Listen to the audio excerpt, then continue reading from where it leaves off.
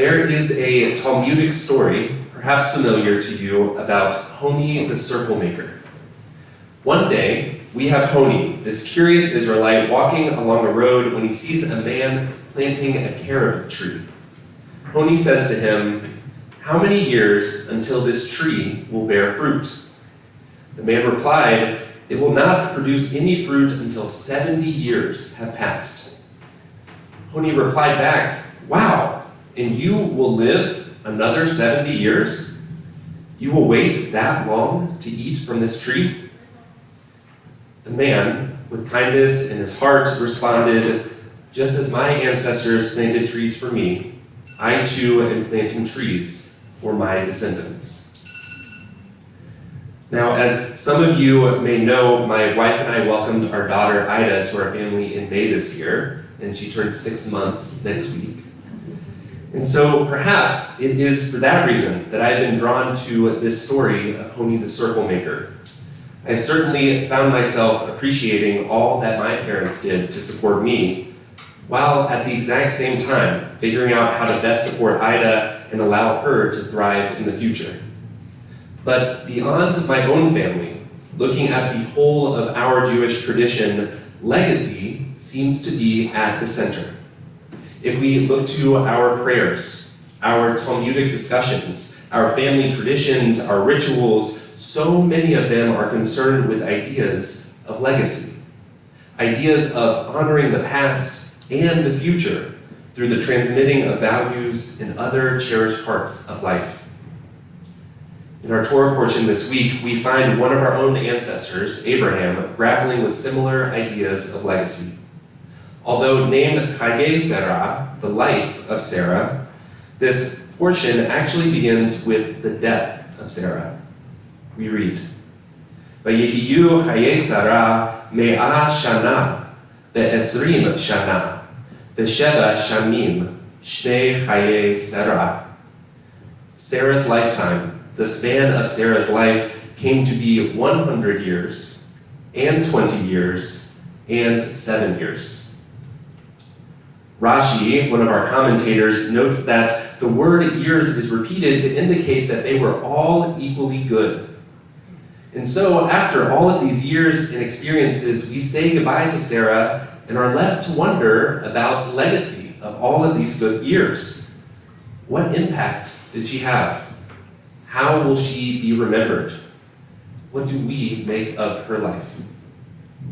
And with her death, we witness Abraham struggle through an end-of-life crisis. We find him reflecting upon his own life, feeling his own mortality, experiencing an enormous inflection point. Years earlier, God had promised Abraham that he would have descendants as numerous as the stars in the sky. But perhaps it is in this moment that Abraham resolves not only to be an ancestral patriarch, but a good ancestor to future generations. In short, he wants to secure his legacy. So he quickly springs into action. He buys a burial plot so that Sarah can be properly mourned and remembered, her own legacy protected. He works to make sure that Isaac finds a caring and compassionate wife and can continue the family lineage. He creates a will to pass along all that he owns to Isaac, the next leader of the Israelites. And after all of this work, after trying to secure his legacy and the legacy of our people, Abraham himself dies. And the text offers us a parallel description of his life and legacy, reminding us the importance of each and every year of a person's life.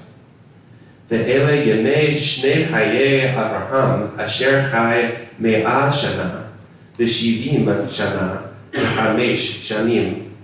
This was the total span of Abraham's life, 100 years, and 70 years, and 5 years.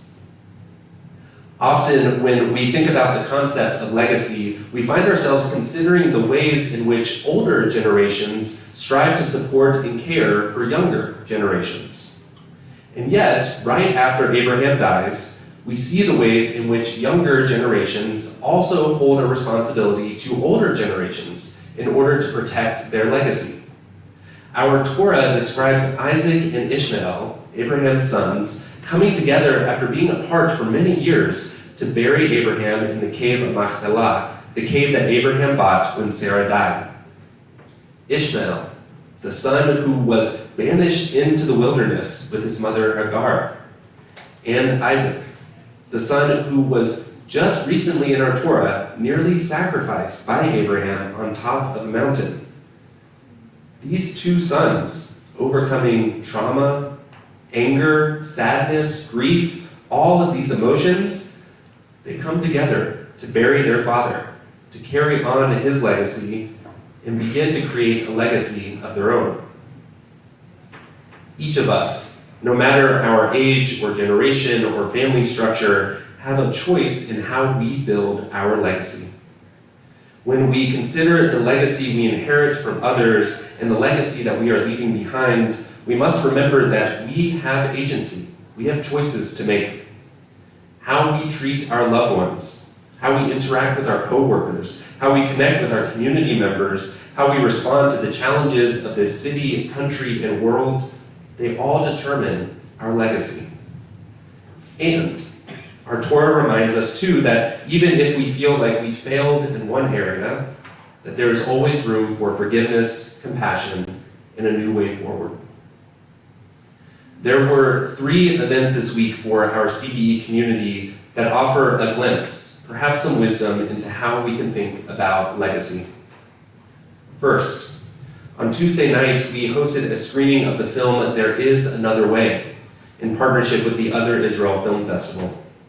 This documentary focuses on the work of Combatants for Peace, a group of Israelis and Palestinians, all former combatants, who now work for justice, equality, and peace throughout the region.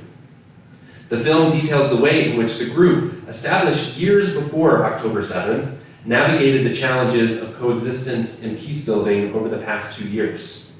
The title of the documentary, There Is Another Way, demonstrates the commitment of this organization and its leaders to create a new path, a different way forward for the future. With every meeting and event and rally, they are taking the legacy that was given to them, one filled with bloodshed and violence and despair, and choosing to build a different legacy, one filled with compassion, trust, and ultimately peace. Second, on Wednesday afternoon, myself, Rabbi Timoner, and several CBE members made our way to a courthouse in downtown Brooklyn. We were there for the sentencing trial of Sanford Solney, an Orthodox Jewish man found guilty of deed theft, defrauding 11 people out of their homes, almost all of whom were people of color and immigrants. Rachel Jabal, one of our members and a lawyer for one of the victims, asked us to show up because at the previous hearing, many Orthodox Jewish supporters of Solney packed the courtroom, creating a distressing and demeaning environment for the victims and their families. We were there to show that Jews care about justice and righteousness, that those values are part of our legacy. At the end of the trial, Solney was sentenced up to 7 years in prison, and many of the victims will receive their homes back, although they will not receive restitution for the rent money that Solney collected while holding their homes. As I looked around the courtroom and heard some of the victims' impact statements, it was so clear that Solney had not only attempted to take their homes from them, he was attempting to take away their legacy, a source of comfort, protection, and generational wealth that should be shared with their kids and grandkids through their homes. After the trial, Clotilda Saladago, an immigrant from Burkina Faso, shared her story with the New York Times. She said, "For more than 13 years, my family and I have endured unimaginable hardship in our fight to reclaim the deed to our home.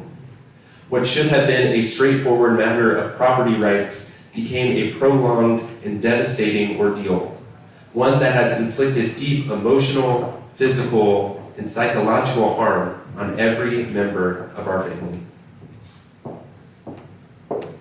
With the closure of this case, I pray that each of these families, our neighbors right here in Brooklyn, experiences the healing that they need to move forward and preserve their legacy for generations to come. And third, on Wednesday night this week, we held the first gathering of CBE's multi-generational dialogue on Israel-Palestine. Led by Rabbi Lisa Grant and Rabbi David Adelson, this group is made up of CBE members aged 27 to 73, and all holding a variety of ideas, opinions, and experiences on Israel-Palestine. As Rabbi Timoner noted in her sermon last Friday night about the election here in this city, interactions between people of different generations have not always been smooth in our Jewish community, especially on this topic. And yet, our goal with this group and with future opportunities for dialogue is to build a different legacy, one that cherishes relationships across generations and across lines of difference, and ultimately one that builds a better future for Israelis and Palestinians, but also for all of humanity.